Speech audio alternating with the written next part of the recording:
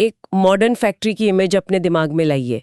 गोदाम में करोड़ों रुपए का रॉ मटेरियल यानी कच्चा माल पड़ा हुआ है। हाँ, और फैक्ट्री ओनर को अपने वर्कर्स की सैलरी देनी है, एक नया बड़ा ऑर्डर भी पूरा करना है। बिल्कुल, लेकिन सारा कैश तो उस कच्चे माल में फंसा हुआ है। तो वो ओनर बैंक जाता है और देखते ही देखते कुछ ही दिनों में उस रॉ मटेरियल के बेस पर एक मल्टी करोड़ लोन सैंक्शन हो जाता है।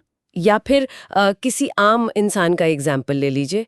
अचानक मेडिकल इमरजेंसी आ गई, कैश चाहिए। तो वो अपना सोना लेकर फाइनेंस कंपनी के पास जाता है। हाँ, और सिर्फ 10 मिनट के अंदर गोल्ड लोन लेकर बाहर आ जाता है। ये दोनों ही सिनेरियोज आज के फास्ट पेस कमर्शियल वर्ल्ड की रियलिटी है ना? लेकिन यहाँ पर एक बहुत ही हैरान करने वाली बात है। वो क्या? इन मल्टी करोड़ फैक्ट्री लोन्स और 10 मिनट गोल्ड लोन्स के पीछे जो लीगल मशीनरी काम कर रही है, हाँ, वो कोई आज की या कल की बनी हुई नहीं है।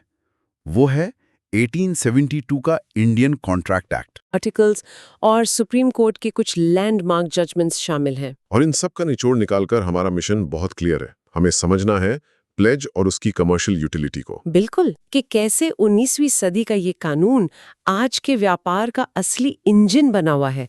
आज हम इसी को डिकोड करेंगे। देखिए, कमर्शियल दुनिया में प्लेज की ताकत को समझने से पहले हमें उस बड़े अम्ब्रेला कॉन्सेप्ट को समझना होगा जिसके नीचे ये आता है, जो कि है bailment, right? Exactly. Indian contract act का सेक्शन 148 बेलमेंट को डिफाइन करता है। और इसे अगर बिल्कुल सिंपल टर्म्स में समझे तो जब एक इंसान किसी खास पर्पस के लिए दूसरे को अपने सामान का पोजेशन देता है। हाँ, और जब वो काम पूरा हो जाता है तो सामान वापस कर दिया जाता है। इस लेन देन में दो पार्टीज होती हैं। जो सामान देता है उसे बेलर कहते हैं, और जिसके पास सामान रखा जाता है वो बेली होता है। और यहाँ सबसे बड़ा कैच ये है कि बेलमेंट में सिर्फ पोजेशन ट्रांसफर होता है, ओनरशिप नहीं। मतलब मालिकाना हक उसी पहले इंसान के पास रहता है। इसको एक एवरीडे एग्जाम्पल से देखते हैं। हाँ, बताइए। मान लीजिए किसी ने अपनी एक महंगी लग्जरी वॉच एक वॉचमेकर को रिपेयर करने के लिए दी। तो यहाँ वॉच देने वाला बेलर बन गया और वॉचमेकर बेली। एग्जैक्टली। वॉच की ओनरशिप मालिक की ही है, बस कुछ दिन के लिए फिजिकल पोजेशन रिपेयर वाले के पास गया है। ये एक सिंपल बेलमेंट है, लेकिन कमर्शियल ट्रेड सिर्फ रिपेयर करने से तो नहीं चलता। सही बात है। बिजनेस तो क्रेडिट पर, लोन्स पर और सिक्योरिटी पर चलता है। और यहीं से पिक्चर में आती है बेलमेंट की सबसे स्पेशल कैटेगरी, जिसे हम प्लेज या पॉन्ड कहते हैं। सेक्शन 172 इसे डिफाइन करता है। तो ये भी एक तरह का बेलमेंट ही है ना, क्योंकि यहाँ भी सामान डिलीवर हो रहा है। हाँ, लेकिन पर्पस बिल्कुल अलग है। यहाँ सामान को किसी डेट या कर्ज की सिक्योरिटी के रूप में रखा जाता है। अच्छा, तो सामान गिरवी रखने वाले को पॉनर कहते हैं। हाँ। और जो बैंक या लेंडर उसे होल्ड करता है उसे पॉनी कहते हैं। बिल्कुल। उसी लग्जरी वॉच वाले एग्जाम्पल को आगे बढ़ाते हैं। मान लीजिए रिपेयर के बजाय किसी ने दोस्त से 10,000 रुपए उधार लिए और वो वॉच गारंटी के तौर पर उसके पास रख दी। शर्त यह है कि जब पैसे वापस मिलेंगे तभी वॉच लौटाई जाएगी। दोनों केसेस में वॉच का पोजेशन दूसरे के पास गया, लेकिन पहले में पर्पस मेंटेनेंस था और दूसरे में कर्ज की सिक्योरिटी। अब यहाँ एक सवाल उठता है। हाँ, मेरे भी दिमाग में आ रहा है कि जब दोनों सिचुएशंस में सामान ही ट्रांसफर हो रहा है, ओनरशिप नहीं, तो कानून ने प्लेज को इतना अलग और स्पेशल दर्जा क्यों दिया? एग्जैक्टली। इसे सिंपल बेलमेंट ही क्यों नहीं रहने दिया? इसका जवाब ही इसकी कमर्शियल यूटिलिटी का राज है, और वो है राइट टू सेल, यानी बेचने का अधिकार। ओह, मतलब ऑर्डिनरी बेलमेंट में बेचने का हक नहीं होता? बिल्कुल नहीं। अगर रिपेयर के पैसे नहीं मिले तो वॉचमेकर बस वॉच को रोक कर रख सकता है, जिसे लियन कहते हैं, पर वो उसे बाजार में बेच नहीं सकता। लेकिन प्लेज में गेम पलट जाता है। अगर कर्जदार ने लोन नहीं चुकाया तो पौनी एक रीजनेबल नोटिस देकर उसे बेच सकता है। हाँ, अपना पैसा वसूल करने के लिए। ये बेचने का अधिकार ही वो ब्रह्मास्त्र है जो प्लेज को इतना वैल्यूएबल बनाता है। तो चलिए इसे कमर्शियल स्केल पर अप्लाई करते हैं। किसी भी बिजनेस के लिए सबसे जरूरी है वर्किंग कैपिटल, यानी रोजमर्रा के खर्चों के लिए कैश। जैसे हमने वो फैक्ट्री का एग्जाम्पल लिया था, उनके पास करोड़ों का स्टील या कॉटन पड़ा है। अगर सारा पैसा उसमें फंसा रहेगा तो बिजनेस कैसे बढ़ेगा? यही प्लेज काम आता है। कंपनियां अपनी इन्वेंट्री को प्लेज करके तुरंत क्रेडिट फैसिलिटी ले लेती हैं। और बिजनेस रुकता नहीं है। और आज के टाइम में तो ये सिर्फ फिजिकल गुड्स तक लिमिटेड नहीं है। बिल्कुल नहीं। कैपिटल मार्केट्स पूरी तरह इसी पर चलते हैं। लोग अपने डीमैटेरियलाइज्ड शेयर्स को प्लेज करके मार्जिन फंडिंग लेते हैं। अच्छा, एक बात बताइए, सिक्योरिटी तो मॉर्टगेज में भी होती है ना? लोग घर या जमीन गिरवी रखकर लोन लेते हैं। हाँ, लेते हैं। तो फिर बिजनेस के लिए प्लेज ही इतना पॉपुलर क्यों है? इसका जवाब है ईज ऑफ एनफोर्समेंट।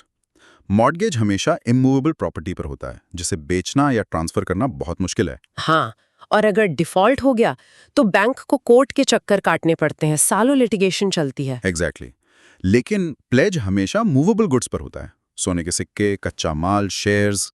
तो बैंक को लंबे कानूनी प्रोसेस की जरूरत नहीं पड़ती, बस एक नोटिस दो और सामान ओपन मार्केट में बेच दो। ये स्पीड और लिक्विडिटी ही इसे बैंक्स का फेवरेट रिस्क मैनेजमेंट टूल बनाती है। और इसका एक और बड़ा फायदा है सब्स्टिट्यूशन ऑफ कोलैटरल। सब्स्टिट्यूशन मतलब सामान बदलना। हाँ, ये बिजनेस के लिए ऑक्सीजन जैसा है। मान लीजिए कार डीलरशिप ने 50 नई गाड़ियां बैंक के पास प्लेज की हुई हैं। तो अगर कोई कस्टमर गाड़ी खरीदने आए तो डीलर ये तो नहीं कह सकता कि ये गाड़ी प्लेज है, मैं नहीं बेच सकता। बिल्कुल, अगर बेचेगा नहीं तो लोन कैसे चुकाएगा? इसलिए कानून कहता है कि पॉनर अपनी इन्वेंट्री को सेम वैल्यू के दूसरे सामान से बदल सकता है। मतलब डीलर वो गाड़ी बेच दे और फैक्ट्री से आई नई गाड़ी को प्लेज इन्वेंट्री में डाल दे। हाँ, इससे बैंक की सिक्योरिटी भी मेंटेन रहती है और सेल्स भी नहीं रुकती। ये तो बहुत स्मार्ट सिस्टम है, लेकिन अभी तक हम मूवेबल गुड्स की बात कर रहे हैं। सोना लॉकर में रख दिया, गाड़ी की चाबी दे दी। सही है। पर मान लीजिए कोई माइनिंग कंपनी है, लाखों टन कोयला गुड्स ट्रेन में जा रहा है और उस पर लोन चाहिए। बैंक लाखों टन कोयला अपने वॉल्ट में तो नहीं रखेगा। ये फिजिकली इम्पॉसिबल है। और यही कानून सिंबॉलिक पोजेशन का कॉन्सेप्ट लाता है। सिंबॉलिक पोजेशन मतलब डिलीवरी स्ट्रिक्टली फिजिकल होना जरूरी नहीं है। नहीं, अगर गोदाम में 10,000 भारी बक्से हैं तो बक्से ले जाने की जरूरत नहीं है। मालिक ने अगर बैंक मैनेजर को गोदाम की चाबी दे दी तो चाबी देना ही पोजेशन मान लिया जाएगा, क्योंकि चाबी कंट्रोल का सिंबल है। एग्जैक्टली और इस कॉन्सेप्ट को लीगल फाउंडेशन मिली थी 1965 के एक ऐतिहासिक सुप्रीम कोर्ट केस से। Morvi mercantile bank limited versus union of India. हाँ, इस केस में एक फर्म ने सामान ट्रेन से भेजा और रेलवे रिसीप्ट्स बैंक को एंडोर्स कर दी लोन के लिए, जो इस बात का प्रूफ थी कि सामान रास्ते में है। लेकिन ट्विस्ट ये आया कि सामान रास्ते में खो गया। ओह, तो जब बैंक डैमेजेस क्लेम करने गया तो सवाल ये उठा कि क्या रेलवे की रसीद देने से लीगली प्लेज कंप्लीट माना जाएगा? क्योंकि बैंक ने तो कभी उस सामान को छुआ तक नहीं था। लेकिन सुप्रीम कोर्ट ने बहुत प्रोग्रेसिव फैसला दिया। कोर्ट ने कहा कि हाँ, डॉक्यूमेंट्स ऑफ टाइटल जैसे रेलवे रिसीट्स देना असली सामान देने के बराबर ही हैं। क्योंकि उन डॉक्यूमेंट्स के बिना डिलीवरी नहीं ली जा सकती। जिसके पास कागज उसी का कंट्रोल। पर एक डर भी तो है इसमें। क्या ये कागजी लेन देन फ्रॉड का रिस्क नहीं बढ़ाता? बिल्कुल बढ़ाता है। अगर रसीद असली हो पर ट्रेन के डब्बों में सामान ही ना हो या कोयले की जगह मिट्टी हो तो बैंक का पैसा तो डूब गया। ये बहुत वैलिड रिस्क है, लेकिन कानून का काम सिर्फ व्यापार को स्मूथ बनाना है। बैंक्स को अपनी सेफ्टी खुद देखनी होती है। मतलब रिस्क असेसमेंट और बैकग्राउंड चेक्स। हाँ, थर्ड पार्टी वेरिफिकेशन, ऑडिट्स।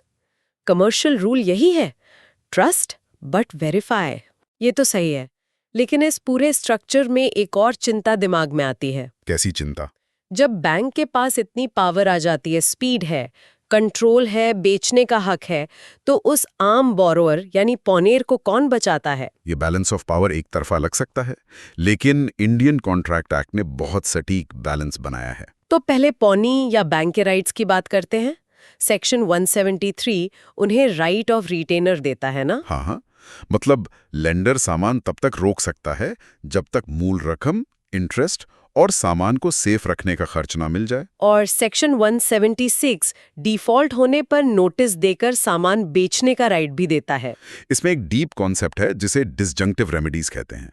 मतलब बैंक के पास एक ही वक्त पर दो रास्ते हैं। अच्छा, कौन से? या तो वो बोरोअर पर रिकवरी का केस कर दे और सामान होल्ड करके रखे, या फिर बिना कोर्ट गए सिर्फ नोटिस देकर सामान बेच दे। ये तो लेंडर की चॉइस हो गई, लेकिन बेचारे पॉनेर के पास क्या राइट्स हैं? उसका सबसे बड़ा अधिकार जनरल प्रॉपर्टी के कॉन्सेप्ट में है। इसे 1967 के ललन प्रसाद वर्सेस रहमत अली केस से समझते हैं। हाँ, इस केस में डिफेंडेंट ने 20,000 रुपए का लोन लिया था और 35,000 रुपए के एरोस्क्रेप्स गिरवी रखे थे, जो कि कमर्शियल लॉजिक से फेयर है। पर जब बोरोअर पैसे नहीं दे पाया तो लेंडर ने कोर्ट में केस कर दिया। और ट्रायल में पता चला कि लेंडर वो एरोस्क्रेप्स खो चुका था, उसके पास सामान था ही नहीं। एग्जैक्टली तो सुप्रीम कोर्ट ने यहाँ बोरोवर की ढाल बनते हुए कहा कि लेंडर के पास सिर्फ स्पेशल प्रॉपर्टी आती है। मतलब सिर्फ सिक्योरिटी के तौर पर होल्ड करने और बेचने का लिमिटेड अधिकार। हाँ, जबकि असली मालिकाना हक यानी जनरल प्रॉपर्टी आखिरी दम तक पौनौर की ही रहती है। और क्योंकि लेंडर ने मालिक का सामान घुमा दिया था, कोर्ट ने उसे वो 20,000 का कर्ज वसूलने से ही रोक दिया। ये पौनौर के राइट्स की बहुत बड़ी जीत थी। इसी बैलेंस में एक और कड़वा सवाल आता है। मान लीजिए किसी ने 50,000 का गोल्ड लोन लिया और डिफॉल्ट कर गया। ठीक है। बैंक ने नोटिस दे के गोल्ड बेच दिया, पर मार्केट बूम में था तो बैंक को 70,000 मिल गए। लोन और इंटरेस्ट मिला के 55,000 बनता था। तो आप पूछ रही हैं कि वो जो 15,000 एक्स्ट्रा प्रॉफिट है, क्या बैंक उसे रख सकता है? हाँ, क्योंकि डिफॉल्ट तो बोरोवर ने किया था। कानून यहाँ बहुत सख्त है। किसी की मजबूरी का फायदा उठाकर मुनाफा नहीं कमाया जा सकता। वो सरप्लस हर हाल में पौनर को लौटाना पड़ेगा। मतलब लेंडर को सिर्फ अपना डेट और रीजनेबल खर्चे रिकवर करने का हक है। बिल्कुल। ये बैलेंस ऑफ राइट्स तो बहुत क्लियर हो गया, लेकिन इस पूरी कहानी में एक बहुत बड़ा ट्विस्ट भी है। वो क्या? अभी तक हमने माना है कि जो इंसान सामान गिरवी रख रहा है वही उसका असली मालिक है। हाँ, नीमो डॉट कोड नॉन हैबिट, कोई वो राइट ट्रांसफर नहीं कर सकता जो उसके पास खुद नहीं है। लेकिन कॉम्प्लेक्स कमर्शियल दुनिया में क्या ऐसा हो सकता है कि कोई ऐसा इंसान सामान गिरवी रखते जो मालिक हो ही ना? आम नियम तो यही है कि सिर्फ ओनर प्लेज कर सकता है, लेकिन अगर इसे स्ट्रिक्टली अप्लाई किया जाए तो व्यापार ठप हो जाएगा। तो इसके कुछ एक्सेप्शंस भी होंगे? हाँ, सेक्शन 178 बात करता है मर्केंटाइल एजेंट की। मान लीजिए एक आर्ट डीलर है जिसके पास बहुत से पेंटर्स अपनी पेंटिंग्स छोड़ जाते हैं बिकवाने के लिए। असली मालिक पेंटर है। लेकिन अगर डीलर को लोन चाहिए और वो उन पेंटिंग्स को बैंक में गिरवी रख दे, तो क्या वो वैलिड होगा? ये तो असली मालिक के साथ घोर अन्याय है। थोड़ा अजीब लगता है, लेकिन कानून कहता है कि अगर एजेंट को मालिक ने अपनी रजामंदी से सामान दिया था तो प्लेज वैलिड माना जाएगा, बशर्ते बैंक ने गुड फेथ में काम किया हो। मतलब उन्हें पता ना हो कि एजेंट के पास अथॉरिटी नहीं है। एग्जैक्टली। अगर बैंक्स हर छोटे सामान के असली मालिक की जासूसी करने बैठ गए तो लोन अप्रूवल में सालों लग जाएंगे। मतलब व्यापार ट्रस्ट पर चलता है। असली मालिक ने एजेंट चुना तो रिस्क भी उसी का, बैंक का नहीं। सही पकड़ा। एक और एक्सेप्शन है सेक्शन 1780A, वॉइडेबल कॉन्ट्रैक्ट। मतलब अगर किसी ने फ्रॉड से सामान लिया है और कॉन्ट्रैक्ट कैंसिल होने से पहले ही बैंक को प्लेज कर दिया तो वो भी वैलिड होगा। हाँ, और एक डेली लाइफ एक्सेप्शन भी है सेक्शन 179 में, लिमिटेड इंटरेस्ट। जैसे एक टेलर का एग्जाम्पल। अगर मैंने टेलर को कपड़ा दिया 2,000 रुपए में सूट सिलने के लिए, तो जब तक आप 2,000 नहीं देती, टेलर का उस सूट पर 2,000 तक का लीगल इंटरेस्ट है। और अगर उसे पैसों की जरूरत हो तो वो मेरा सूट किसी तीसरे इंसान के पास 2,000 रुपए तक के लोन के लिए वैलिडली गिरवी रख सकता है। बिल्कुल। आपको अपना सूट वापस लेने के लिए उस तीसरे इंसान को पैसे चुकाने होंगे।